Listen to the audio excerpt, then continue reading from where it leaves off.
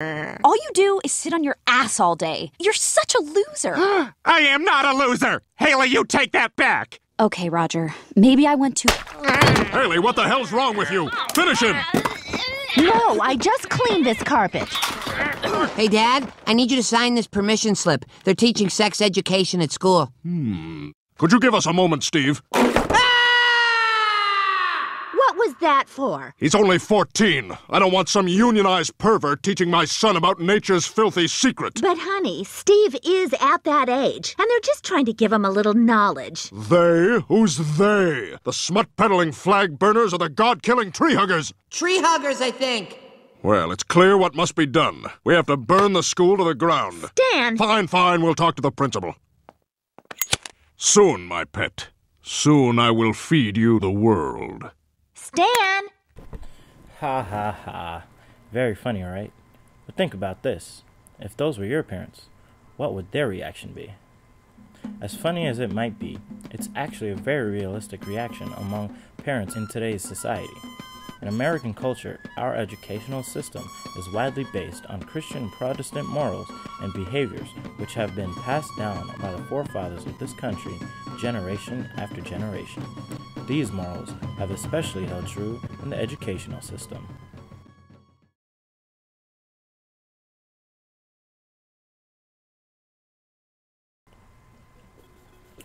Over the last 40 years, most schools across our nation have adopted a sex education program in one form or another.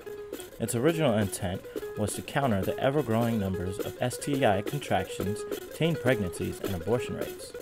In a society which was founded on a Protestant foundation and where the mere mention of the word sex in a classroom setting sends numerous emotions through the minds of parents, teachers, and government officials, we have adopted a sex education system comprising of scare tactics and misinformation and attempts to keep our youth abstinent.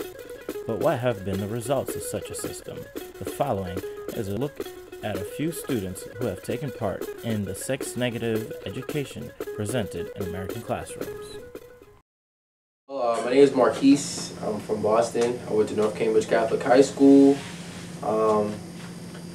It's a Catholic school, so, you know, they're all about abstinence, but we did have sex ed classes probably once a year. First, to start it off, they just showed us scenarios and experiences that people had and in their daily lives, how they would go to the club and they would, guys would pick up girls. Guys would pick up girls and take them to their home, and then they would be so drunk that they would have sex with them. It was quick. It was mainly pertaining to abstinence, not having sex, leading to marriage. They talked about safe sex. You know, they were preaching abstinence, of course, but they were like, if you're gonna have sex, make sure you wear a condom. In schools across America, the approach to sex education has been one filled with gruesome images along with inaccurate and ineffective abstinence-only programs. The results? The U.S. has the highest STI, teen pregnancy, and abortion rates among developed nations. Analysis of federally funded abstinence-only curricula found that over 80% of curricula supported by the U.S. Department of Health and Human Services contained false, misleading, or distorted information about reproductive health. They showed the pictures of all the different STDs, what it looks like, you know, all the really bad cases, just to kind of scare you away from all these, you know, STDs and whatever, STIs, and that was it. They didn't even give out condoms at school. We had a couple of STD slides, and we watched The Birth of Life, which was pretty graphic and disgusting. Discussions, yeah. We had a couple of class discussions on how people felt or why they felt that they should have sex before marriage or why they feel the need to have sex, things of that sort. So, and then after that, they would just show us like clips of like pictures of clips of people who have AIDS and herpes and genital herpes and all those kind of stuff. It was just like a PowerPoint slideshow. with pictures of like really bad looking penises and vaginas. Scaring people? Yes, it was disgusting. It was nasty. The pictures were too graphic for us, even though we're in 8th grade. Maybe it was too graphic for us. Maybe they could have slowed their roll and try to not scare us and just try to help us in a way. I was grossed out about the diseases, and it made me never want to get one of those. So, you know, of course, it was reinforcement, you know, as far as, you know, protecting myself.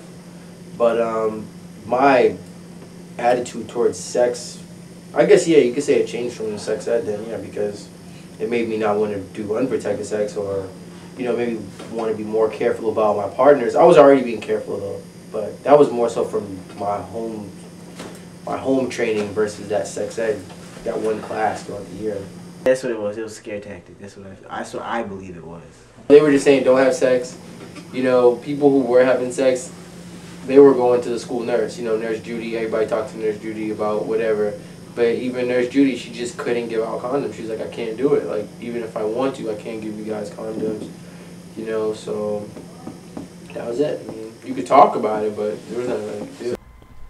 In European countries such as the Netherlands, UK, and France, officials have taken a completely different approach when educating youth about the realities of sex. Evaluations of comprehensive sex education and HIV/STI prevention programs show that they do not increase rates of sexual initiation, do not lower the age at which youth initiate sex, and do not increase the frequency of sex or the number of sex partners among sexually active youth.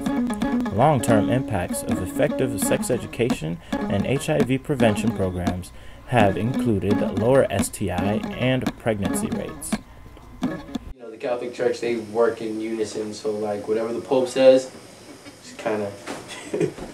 Well, it seems that that's the way power and authority seems to work. It's the best, is by scaring those who aren't, or those who are ignorant on something with things that may be factual that they use to scare and control others.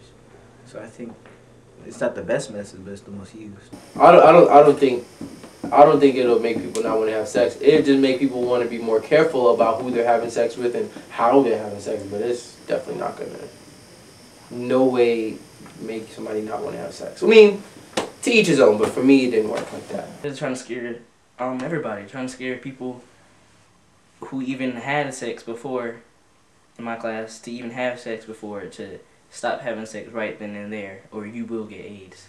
I mean, we were in high school, you know, and then it was our regular teachers that was like showing the freaking slideshow or whatever, yeah. And they were kind of like on that, you know what I mean? They were kind of just like, okay, you know, we got 2 girls in the classroom that are pregnant right now while we're watching this damn thing. Letting those who understand the facts, not necessarily scaring them, but just provide the facts, so it's there for those who want to take it and those who don't, not forcing it on someone. Yeah, we had 2 girls that were pregnant already, so it was just more like, you know, if you're going to have sex, make sure you protect yourself, or, you know, this can happen to you. And then they just kind of put the info out there. Personally, the way I would teach it is just the way I put it. I let them know what's out there, what may be for the best of them.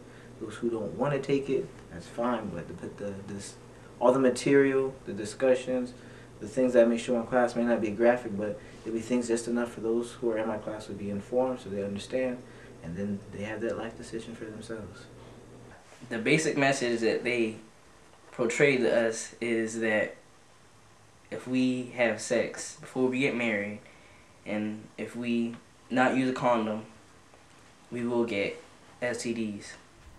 At the end of the day, do we really want to attempt to frighten our youth into the abstinent-only lifestyle by using gruesome images and feeding them false information? Or would we prefer to offer them a comprehensive education that both acknowledges the pleasures and natural aspects of the sexual realm, as well as providing the proper means to the proper information and ability to ask questions about their experiences?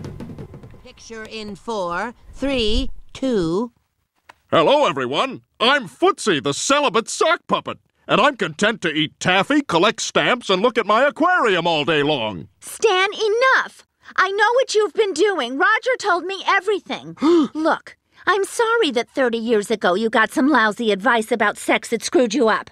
But I cannot let you do the same thing to our son. I'm not screwing him up. Yeah, Mom, I know my body is filthy. No, it's not. Steve, urges are natural, and it's healthy to explore them. Francine, no! Because if you don't explore them, you'll repress them. Then one day, when you do discover them, you'll reject your wife, hurt your son, and try to take down TV. Quick, back to the aquarium! Stan, talk to your son. Dad? I'm sorry, Steve. I was only trying to protect you, but your mom is right. You deserve the truth. So here it is, all of it. When a man and a woman are in love or very drunk, the man can balance on his elbows and push off with his feet. Which is why you should always have a towel handy to... Now, moving on to toys. Stan, that's enough for one day. Right, Steve? I'm proud of you, honey. You set your son straight. Couldn't have done it without you, Francine.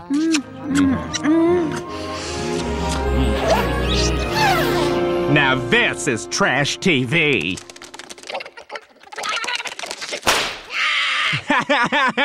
Gotcha, you sneaky little bastard.